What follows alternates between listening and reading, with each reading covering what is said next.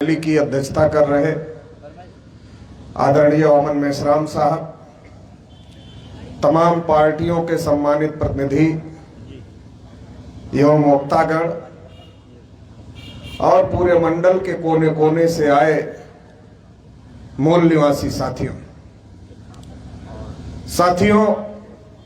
2022 का विधानसभा चुनाव नजदीक है और इसके कारण तमाम पार्टियों की रैलियां, तमाम पार्टियों की सभाएं लगातार चल रही हैं और तमाम पार्टी के लोग अलग अलग तरीके की बातें कर रहे हैं। कोई लाल टोपी से डरने की बात कर रहा है तो कोई कह रहा है कि हमें देखकर दूसरा लाल पीला हो रहा है। इस तरीके की बातें चल रही हैं, लेकिन मैं आपको ये बात कहना चाहता हूं, आपको ये बात बताना चाहता हूं कि आपके मुद्दे की बात, आपके हक अधिकार की बात ना तो लाल टोपी वाले कर रहे हैं, ना ही जिनको लाल पीला होने का कहा जा रहा है, ना वो लोग ही कर रहे हैं। तो इसलिए सवाल खड़ा होता है कि आपके मुद्दे की बात, आपके हक की बात इस देश के अंदर, इस प्रदेश के अंदर कौन कर रहा है? तो साथियों, राष्ट्रीय परिवर्तन मोर्चा इस बात के लिए मेश्राम साहब ने खड़ा किया है कि चुनाव केवल चुनाव नहीं है, चुनाव हमारे लोगों के हक अधिकार से जुड़ा हुआ मामला है, हमारी आने वाली पीढ़ियों से जुड़ा हुआ मामला है। हम अपने आने वाली जनरेशन को क्या देके जाएंगे, हम अपने बच्चों का भविष्य कैसे तय करेंगे, ये चुनाव के समय हमको तय करना होता है। अगर चुनाव के समय हम नहीं तय कर पाए तो 5 साल गाली देते घूमते रहो कि उसको वोट दिया उसने ये कर दिया, उसको वोट दिया उसने ये कर दिया, उसको वोट दिया उसने ये कर दिया। 5 साल तक गाली देते घूमते रहो तो ये 5 साल का जो आपका भविष्य है, उस भविष्य का फैसला करने का समय ये 2022 का चुनाव है। इसलिए साथियों, सोचने और समझने की जरूरत है। अगर हम इसके बारे में सोचते हैं, इसके बारे में समझते हैं, तो हमें सबसे पहले यह समझना होगा कि मुल्क के हालात क्या हैं। अगर हम मुल्क के हालात के बारे में चर्चा करें तो मुल्क के हालात बहुत ज्यादा खराब हो गए हैं। इस देश में शेड्यूल कास्ट का जो व्यक्ति है वो राष्ट्रपति तो बन सकता है, लेकिन मंदिर में नहीं जा सकता है। रामनाथ कोविंद जी का नाम आप लोगों ने सुना होगा। जब रामनाथ कोविंद जी मंदिर में गए तो ब्राह्मणों ने कहा, आप देश के राष्ट्रपति हो सकते हैं, लेकिन मंदिर के राष्ट्रपति तो हम ही होते हैं, आपको मंदिर में नहीं जाने देंगे। कोविंद जी को मंदिर में जाने नहीं दिया।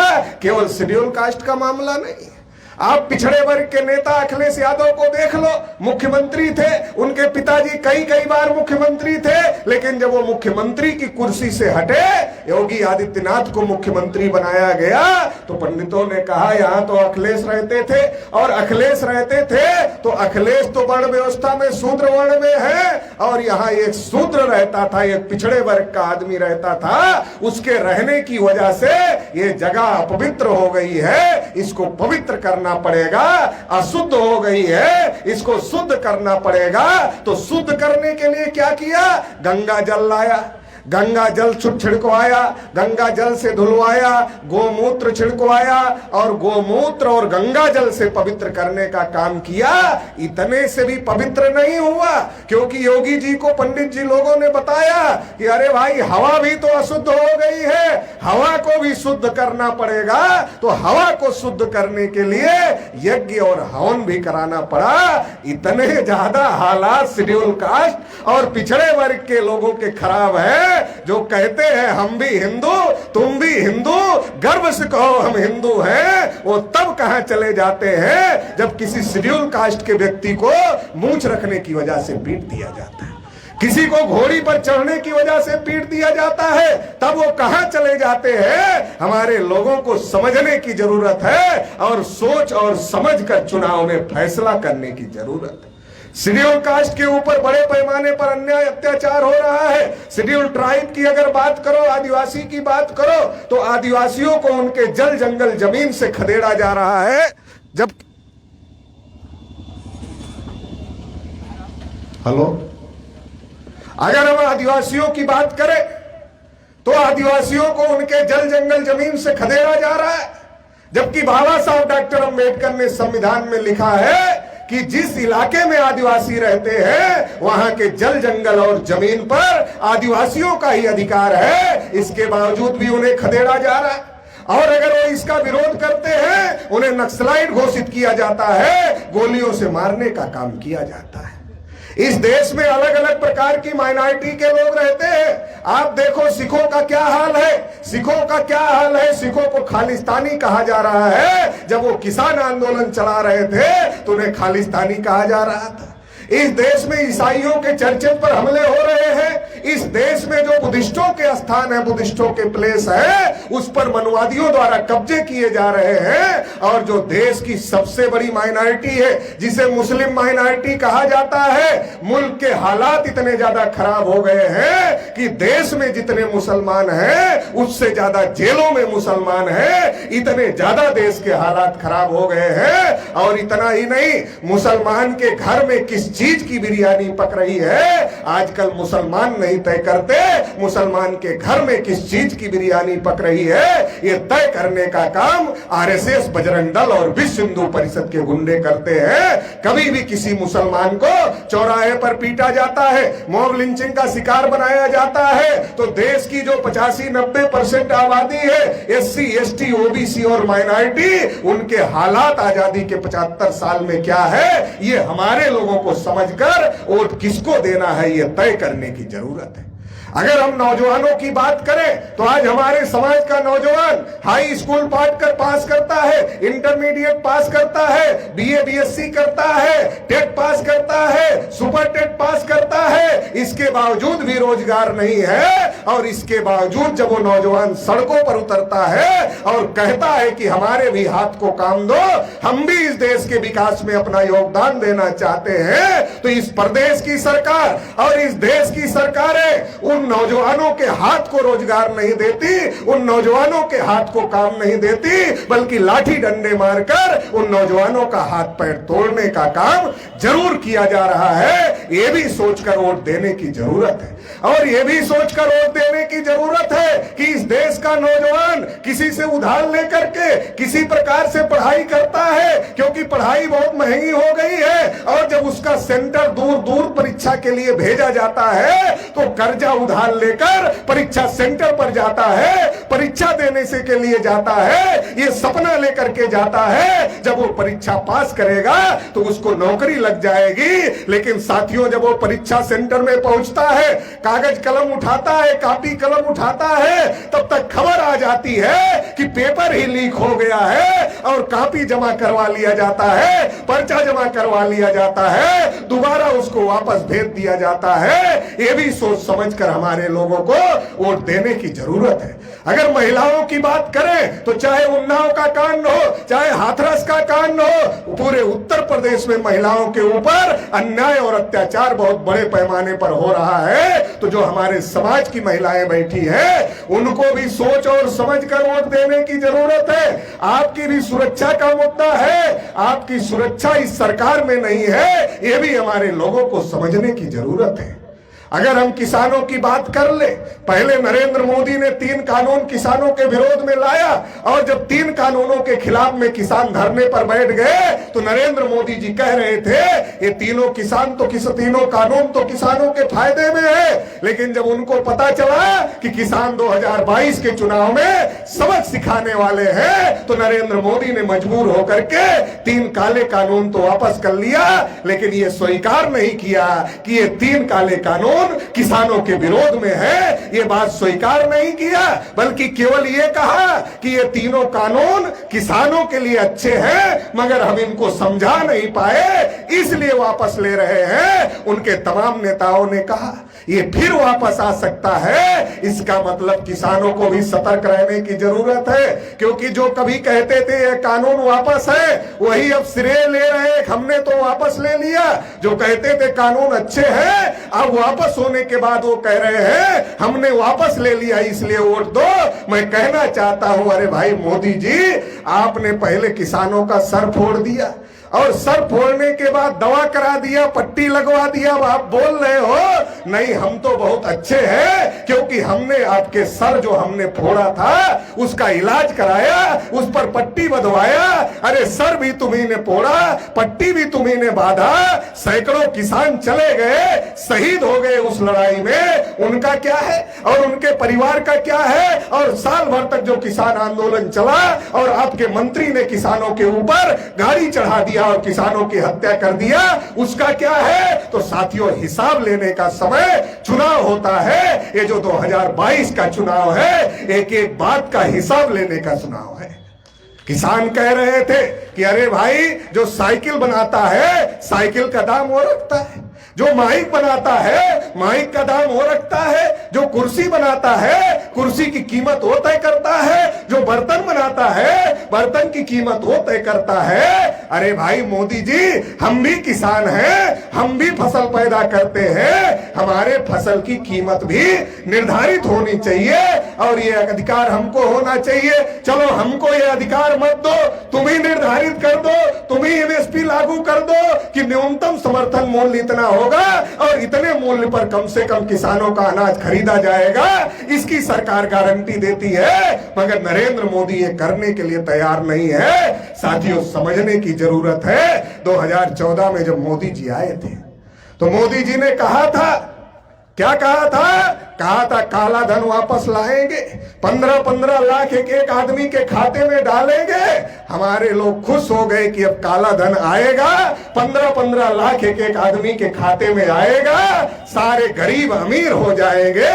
लेकिन जब मोदी जी आए 15-15 लाख तो डाला ही नहीं, बल्कि एक दिन टीवी पर अवतरित हो गए, टीवी पर प्रकट हो गए और टीवी को जब रात के 8 बजे प्रकट हो गए तो कहा आज से भाइयों बहनों 500 और 1000 की नोट बंद करते हैं और बंद कर दिए। हमारे लोग बहुत खुश हो गए कि इससे तो काला धन पर पाबंदी लग जाएगी, जितने अमीर लोग हैं वो रोड पर आ जाएंगे, जितने पूंजीपति हैं वो सड़क पर आ जाएंगे। हमारे लोग बहुत खुश हो गए। लेकिन एक भी अमीर आदमी लाइन में नहीं लगा, लाइन में लगे तो सारे के सारे हमारे लोग लगे और बहुत सारे लोग लाइन में लगते लगते लगते लगते ऊपर चले गए और हमारे लोग इंतजार करते रहे कि अब पूंजीपति उद्योगपति रोड पर आएंगे। मगर पूंजीपति उद्योगपति की इनकम बढ़ गई और हमारे लोग ही रोड पर आ गए। हमारी माताएं बहनें बैठी हुई हैं, महिलाओं की एक अच्छी आदत होती है कि वो घर के खर्चे से थोड़ा थोड़ा बचा करके वो पैसा इकट्ठा रखती है। वो भी एक प्रकार का घर का बैंक होता है। जब कभी परिवार पर कोई संकट आता है, बेटे की फीस जमा होने की स्थिति नहीं होती है, किसी के इलाज के लिए पैसे नहीं होते हैं, तो महिलाएं जो बैंक बना के रखती है उससे पैसा निकालती है और उस पैसे से परिवार की जो जरूरत होती है वो पूरा हो जाती है। लेकिन मोदी जी ने वो पैसा भी बचने नहीं दिया नोटबंदी करके। हमारे घरों की महिलाओं ने जो आटे के कनस्टर में, चावल की बोरी में, आटे की बोरी में, पुराने बक्से में जो थोड़ा थोड़ा पैसा बचा कर रखा था वो सारा पैसा बाहर निकाल लिया और वो पैसा एक बार बाहर चला गया, दोबारा इनके हाथ में नहीं आया। तो समझने की जरूरत है। मोदी जी ने यह भी कहा था कि हम पिछड़े वर्ग के आदमी हैं, नीच जाति के आदमी हैं, चाय बेचने वाले आदमी हैं। तो हमारे लोगों ने सोचा कि नरेंद्र मोदी पिछड़े वर्ग का है, नीच जाति का है, चाय बेचने वाला है, मतलब गरीब है, हम भी पिछड़ी जाति के हैं, हमको भी इस व्यवस्था में नीच बनाया गया है और हम भी गरीब हैं। जैसे हम हैं वैसे ही नरेंद्र मोदी है। जब जैसे हम हैं वैसे ही नरेंद्र मोदी है तो जरूर इस बार अगर नरेंद्र मोदी को प्रधानमंत्री बनाए तो हमारा भला हो जाए। नरेंद्र मोदी देश के प्रधानमंत्री बन गए। 314 पिछड़े वर्ग के बच्चे जो यूपीएससी की परीक्षा पास किए थे उनकी नियुक्ति को रोक दिया। पिछड़े वर्ग के बच्चों की स्कॉलरशिप बंद कर दिया। बजट में पिछड़े वर्ग के लोगों को एक नया पैसा नहीं दिया। नरेंद्र मोदी कहते हैं सबका साथ सबका विकास। अरे सबका साथ सबका विकास का नारा देकर हमारे लोगों का वोट लिया, लेकिन जब सरकार बन गई तो सबका साथ सबका सत्यानाश, केवल पूंजीपतियों का विकास, ये नारा बना दिया। अभी देश की सारी संपत्ति अडानी और अंबानी को बेचने का कार्यक्रम चल रहा है। आने वाले समय में पहले हमारे लोग क्या करते थे, बीएसएनएल में गड्ढा खोदने जाते थे, रेलवे में गड्ढा खोदने जाते थे, पीडब्ल्यूडी में गड्ढा खोदने जाते थे, और जब गड्ढा खोदने जाते थे, गड्ढा खोदते खोदते वो परमानेंट हो जाते थे। गांव से 10-20 आदमी को और ले जाते थे, उसको भी परमानेंट कर देते थे। फिर उनका बेटा भी नौकरी पा जाता था, वो पेंशन पाते थे, बेटा नौकरी करता था, और फिर बेटा भी रिटायर होता था तो बेटा भी पेंशन पाता था, क्योंकि सरकारी विभाग थे। लेकिन मोदी जी आए तो क्या किया, सबका साथ सबका विकास के नाम पर रेलवे को बेचा, बीएसएनएल को बेचा, इंडियन ऑयल को बेचा, भारत पेट्रोलियम को बेचा, सारे रेलवे अड्डे एयरपोर्ट को बेचा जा रहा है। आने वाले समय में आपको खोजना पड़ सकता है भारत के अंदर भारत कहां है। फिर कुछ लोग चिल्ला रहे हैं, कुछ लोग ये कह रहे हैं कोई संविधान को बचाना है, संविधान को बचाना है, लेकिन जब ये बेचा जा रहा है तो बेचने के समय में वो लोग कहां हैं, वो कहां है, वो तो दिख नहीं रहे हैं। उनको दिखना चाहिए था सड़कों पर जब ये बेचा जा रहा था, मगर वो दिख नहीं रहे, वो केवल टीवी पर कह रहे हैं। और जब ये सारा बिक जाएगा तो आपका आरक्षण कहां होगा, आपका आरक्षण कहां लागू होगा। जब ये सारा बिक जाएगा तो जो बाबा साहब अम्बेडकर ने संविधान में आरक्षण दिया, वो आरक्षण भी खत्म हो जाएगा। इस देश में आजादी के 74 साल में देश में जानवरों की गिनती हुई, कुत्तों की गिनती हुई, हिजड़ों की गिनती हुई, मगर पिछड़ों की गिनती नहीं हुई। नरेंद्र मोदी को अपने को पिछड़ा कहते हुए भी शर्म आनी चाहिए कि उनकी सरकार में भी सुप्रीम कोर्ट को ये एफिडेविट दिया जा रहा है कि हम ओबीसी की गिनती नहीं करा सकते। उनको ओबीसी कहने पर शर्म आनी चाहिए। तो साथियों, हमें समझने की जरूरत है। 2014 में उत्तर प्रदेश का चुनाव हुआ, केशव मौर्य के नाम पर बीजेपी ने चुनाव लड़ा, लेकिन योगी आदित्यनाथ को उत्तर प्रदेश का मुख्यमंत्री बनाया। और सबसे ज्यादा कुटाई और पिटाई अगर किसी की हुई तो पिछड़े वर्ग के लोगों की हुई। कौन सी ऐसी बिरादरी है पिछड़े वर्ग शेड्यूल कास्ट में जिसके लोगों की हत्याएं इस योगी सरकार में नहीं हुई? हर जिले में हुई, हर जगह हुई। पिछड़े वर्ग की सबसे ज्यादा कुटाई पिटाई हुई। समर्थन भी हमारा, वोट भी हमारा, कुटाई पिटाई भी हमारी। और हमको कहा गया था कि अरे अखिलेश मुख्यमंत्री होते हैं तो सारी नौकरियां उन यादवों को मिलती है, मायावती मुख्यमंत्री होती है तो सारी नौकरियां चमारों को मिलती है। बीजेपी की सरकार बनाओ, सारी नौकरियां तो तुमको मिलेगी। अरे बादा यूनिवर्सिटी उठाकर देख लो कितनी नौकरियां मिली, गोरखपुर यूनिवर्सिटी उठाकर देख लो कितनी नौकरियां मिली। और जो 69,000 शिक्षक भर्ती हुई उसमें पिछड़े वर्ग के साथ में, शेड्यूल कास्ट के साथ में महा आरक्षण घोटाला हो गया। और जब राष्ट्रीय पिछड़ा वर्ग आयोग ने इसकी जांच किया, कहा बहुत बड़ा आरक्षण घोटाला हो गया है। योगी ने जब, मोदी ने जब राष्ट्रीय पिछड़ा वर्ग आयोग बनाया तो बहुत डंका पीटा कि हमने पिछड़ा वर्ग आयोग बना दिया, पिछड़ा वर्ग आयोग बना दिया, पिछड़ा वर्ग आयोग बना दिया। अब जिस पिछड़े वर्ग आयोग को मोदी जी आपने बनाया वही कह रहा 69,000 शिक्षक भर्ती में घोटाला हो गया है। आप उसकी बात मानने के लिए नहीं तैयार हो तो साथियों समझने की जरूरत है। एक भी ऐसा काम इन्होंने नहीं किया जो हमारे आपके सामने आके कह सके कि इस काम की वजह से वोट दो। इसलिए वो हिंदू मुस्लिम का मामला खड़ा करते हैं, इसलिए वो जाति बिरादरी का मामला खड़ा करते हैं, इसलिए 27-28 मंत्री बना दिए ताकि इन मंत्रियों का चेहरा देखकर आपका वोट लिया जा सके। लेकिन एक बात साथियों कहना चाहता हूं, समय बहुत कम है, लेकिन एक बात जरूर कहना चाहता हूं। जब जंगल काटा जा रहा था तो कुल्हाड़ी में जो बेत लगा हुआ था वो लकड़ी का ही लगा हुआ था। पेड़ ये सोच रहे थे अरे कुल्हाड़ी के साथ बेत लगा हुआ है, हमारा ही भाई लगा हुआ है, उसका विरोध कैसे करे। जितने पेड़ ये सोच रहे थे उनका नंबर भी आया और सारा जंगल उस बेत के सहारे कट गया। और जब सारा जंगल उस बेत के सहारे कट गया, उस बेत को भी निकाल कर फेंक दिया गया। ये 27-28 मंत्री इनका दरोगा कोतवाल नहीं सुनता, ये आपका हक अधिकार क्या दिला देंगे? ये नहीं दिला सकते हैं। हमें समझने की जरूरत है और केवल किसी को हराने और जिताने का सवाल नहीं है, बल्कि अपने हक अधिकार की लड़ाई लड़ने वाला विकल्प खड़ा करने का भी सवाल है। क्योंकि आज कोई ये कहता है हमको जिताओ नहीं तो बीजेपी आ जाएगी, और कोई ये कहता है हमको जिताओ नहीं तो ये आ जाएगा। तो मैं ये कहना चाहता हूं, जो लोग टीवी पर बैठकर ये कह रहे हैं संविधान खतरे में है, उसे बचाना है, इसलिए हमें वोट दो, वो उस समय कहां थे जब संविधान के विरोध में जाकर एनआरसी का कानून लाया गया, तब वो कहां थे? जो लोग ये कह रहे हैं संविधान खतरे में, वो तब कहां थे जब सवर्ण आरक्षण लाया गया संसद में, तब वो उसका समर्थन करने का काम कर रहे थे। वो उस समय कहां थे जब 13 पॉइंट रोस्टर का मामला आया, जब SC ST OBC के हक पर डाका जाने लगा, तब वो कहां थे?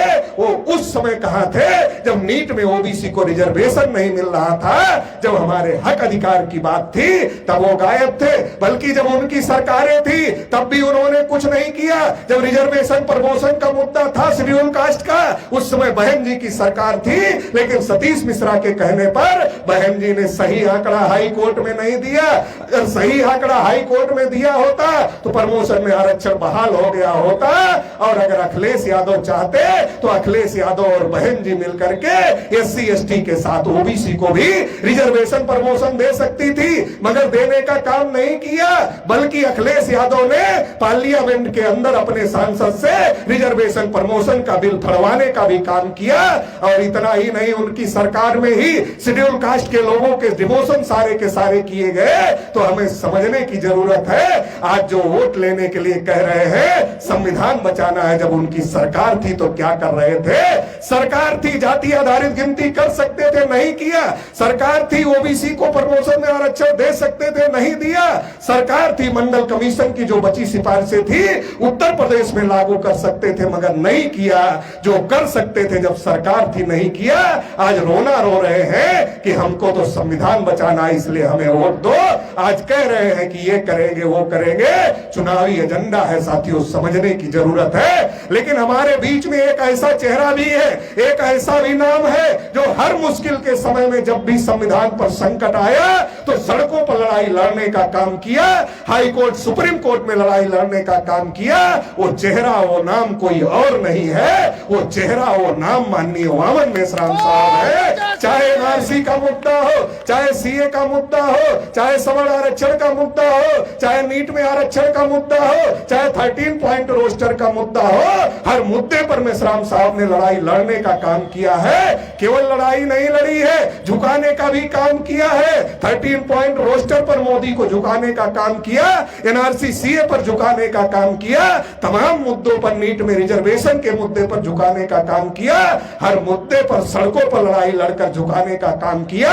और सबसे बड़ा मुद्दा EVM में जो घोटाला हो रहा था उसके लिए सुप्रीम कोर्ट से केस जीत करके पेपर ट्रेल मशीन लगवाने का काम भी मेश्राम साहब ने किया है। इस देश में अगर कोई लड़ाई लड़ सकता है RSS से, अखिलेश यादव का संगठन उत्तर प्रदेश के बाहर नहीं है, मायावती की ताकत उत्तर प्रदेश के बाहर नहीं है, लेकिन RSS राष्ट्रीय स्तर का संगठन है। अगर उससे कोई लड़ सकता है तो RSS से बड़ा संगठन वामसेप का संगठन है, मेश्राम साहब का संगठन है, बहुजन क्रांति मोर्चा का संगठन है। मेश्राम साहब लड़ सकते हैं और मैदान में लड़कर हराया है, सुप्रीम कोर्ट में लड़कर हराया है। अगर आप लोगों का सहयोग और समर्थन मिले तो 2022 से भी उत्तर प्रदेश को सहयोगी को खदेड़ने का काम करेंगे, और जहां उत्तराखंड से आए हैं वहीं दोबारा भेजने का काम करेंगे, और 2024 में भी मोदी को उधर से भी खदेड़ने का काम करेंगे। क्योंकि ये इंसाफ पसंद लोग नहीं है, ये जो नाइंसाफी का निजाम है, अगर इसे ध्वस्त करना चाहते हो राष्ट्रीय परिवर्तन मोर्चा के साथ में खड़े हो जाओ और नाइंसाफी के निजाम को ध्वस्त कर दो और इंसाफ कायम कर लो। इंसाफ क्या है? जिसकी जितनी संख्या भारी उसकी उतनी हिस्सेदारी, ये इंसाफ है।